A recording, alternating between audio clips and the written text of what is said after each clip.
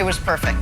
Back to football now, talk some quarterbacks. While Tom Brady might have been the very best at the position in week 1, defending that Super Bowl right out of the gate, doing his whole game-winning drive thing that he tends to do, just being awesome with awesome hair. Other guys ready to follow suit, or at least should be.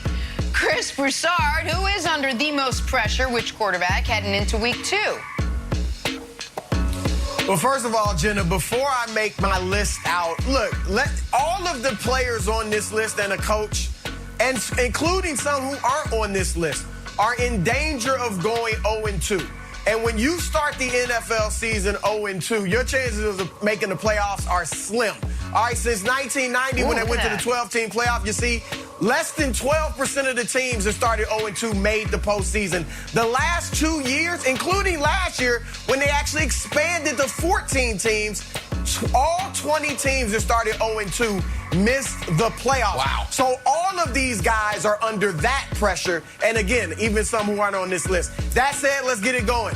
All right, number 5, Dak Prescott. Dak, I love Dak, but he's got to prove that he can beat some winning teams, and the Chargers 1-0. All right, Dak, for his career, 13-20 against teams with winning records.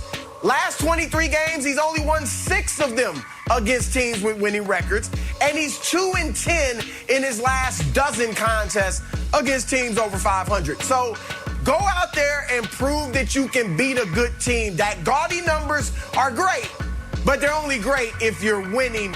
I've called Dak elite now, and many others as well, but one thing elite quarterbacks do is they beat other good teams. So Dak's under pressure. He's got to win this week against the Chargers. At number 4, yes, Josh Allen. I know Nick loves this one. All right, look. Yeah. First of all, you got to prove, Josh, that last year was no fluke. He was terrific. He finished second in the MVP voting. But in game 1, in the loss to Pittsburgh, that most people think aren't going to be very good this year, he looked more like the quarterback of his first 2 years than he did in his 3rd year that made him a superstar. Oh, yeah, he also signed the second most lucrative contract in NFL history, 6 years, $258 million, could be worth even a little more. And the Bills are playing a division opponent, Miami, that's 1-0. So you can't fall behind too far in that AFC East division. So Josh Allen got to deliver this week. At number 3, we've talked about him ad nauseum. Our man, yes, Aaron Rodgers. Here's what we want to know. Aaron, are you all in? Are you all in? A lot of people are blaming that horrible performance in week 1 on, is Aaron really with us? He contemplated retirement. He didn't want to play for the Packers anymore. Is he really here? All right, you got to go prove it, Aaron, that you are all in, not only to us watching, but I think even to some people in that locker room. And look, they're playing Detroit.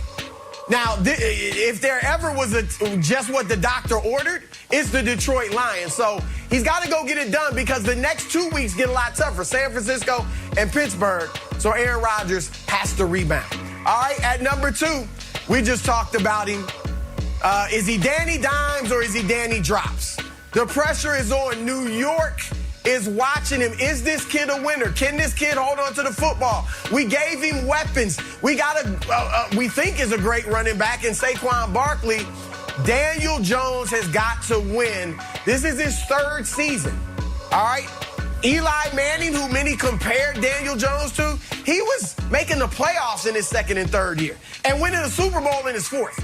So the pressure's on, or they're going to start looking at Spencer Rattler and other collegiate QBs. Yep. All right, at number 1, the most pressure is on Matt Nagy, not a quarterback, although it's related to quarterbacks. You might want to throw Andy Dalton in there as a 1A. But Matt Nagy entered the season as the coach on the hottest seat. All right, and now his refusal to start Justin Fields over pedestrian Andy Dalton is upsetting the fan base and befuddling not only onlookers like us, but even maybe players in his locker room.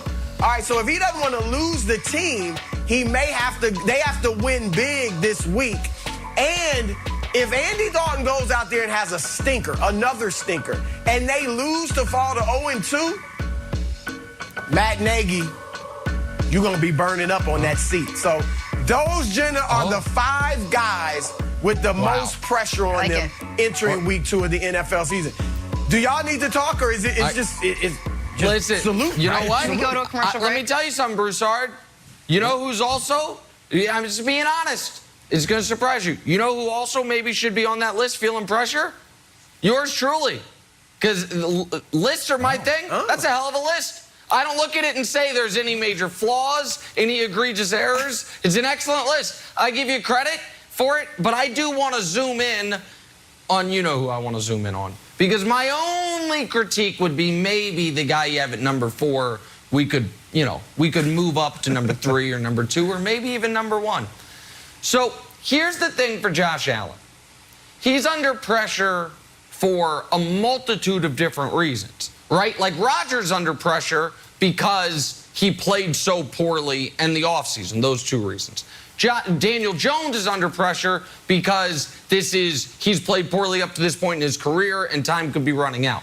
Josh Allen's under a very different type of pressure. He's under pressure of the contract. He's under pressure of he's playing for a team that has had no expectations for a quarter century, now all of a sudden has sky-high expectations. He's playing under the pressure of they really only have one way to win. It's through him. The defense is mediocre, at least it was last year. We'll see what it is this year. And the running game, we can show the numbers as of last year and what we saw against Pittsburgh, somewhat non-existent. Like they built a team to really focus on, I mean, look at that. They're basically bottom 5 in everything from the running back position, which is one of the reasons Josh Allen runs the ball as often as he does and on as many designed runs as he does. He's also under the pressure of, they've given him weapons. He's got Diggs. They brought in Sanders. He has MC anti-vax in the slot.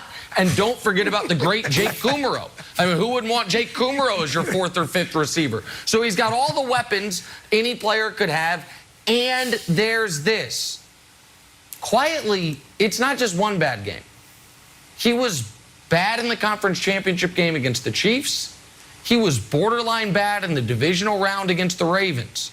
So he's on a bit of a streak of bad games since he finished last year on such a high note in the regular season, fraudulently finishing ahead of Mahomes in the MVP race. And you mentioned it, Broussard. Having a divisional game in Miami when they're 1-0 and you could fall to 0-2 and you know it's going to come down to you after you were miserable in the second half last week. Your team got outscored 23-6 in the second half. I agree with you entirely on the totality of the list. I just think you could argue Josh Allen should be even higher. I think he's under tremendous pressure this weekend, Broussard. All right, well, first of all, thank you for the love, Nick, on the list, especially considering I've been so harsh on your list and your tiers and all that. And nice line about MC anti-vax Cole Beasley. All right, nice line about him. I came up with that. And you made some really good points. You made some really good points about Josh Allen, but I have to weigh them on the Nick Wright curve, all right? And the Nick Wright curve says, well, Pat, how much of that was really just because of Pat Mahomes? How much of that you said was because of Patrick Mahomes? And you know that last year Josh Allen was, in his territory and coming up behind him and tugging at his cape and all that. So because of that, I have to leave Josh Allen at 4 wilds because of the Nick Wright curve. Okay, all right, so I'm going to make one change, Broussard, and I think you're going to agree with me. Because after the Cowboys game, we were all in agreement that Dak was super impressive. So however, we know the Cowboys took the loss, but we've had something positive to say about Dak. Does anyone have anything positive to say about the Tennessee Titans? They came into this season like, you know what? Defense gets a little bit better. You add an all-time great receiver. Ryan Tannehill's better than everybody thinks. King Henry is back running wild. And they were a total disaster. Chandler Jones sacked Ryan Tannehill 5 times. Kyler threw 5 touchdowns. Now, that was at home. Now they've got to go to Seattle, where Russ is going to cook them up. He just had 4 touchdowns. Russ is going to cook them up again. Now we look at the schedule of who the Titans have coming up. Let's suppose they lose this weekend. Now you got the Colts. Then you got Jets, Jacksonville, where I know those seem like easy games. I would be nervous if your secondary is that bad that one of those teams steals a win. Then you got the Bills, then you got the Chiefs. You could be very easily looking at 2-7. I would be very nervous for if I was Mike Vrabel and I get off in a bad start in Seattle. So I think he's number 5 on your list. Dak moves to number 6. Wow, Mike Vrabel's number 5. Okay, first of all, Wiles, you kind of overestimated the expectations for the Titans. Everybody was expecting this and that. Just because you thought Ryan Tannehill is going to be the MVP this season, I mean, don't throw the rest of NFL Nation on that list. Here's the thing, and I get it. You know, Tennessee, they looked horrible in game 1. But I got to think Mike Vrabel's safe. I don't care what people out there are saying, because Vrabel, he's been good.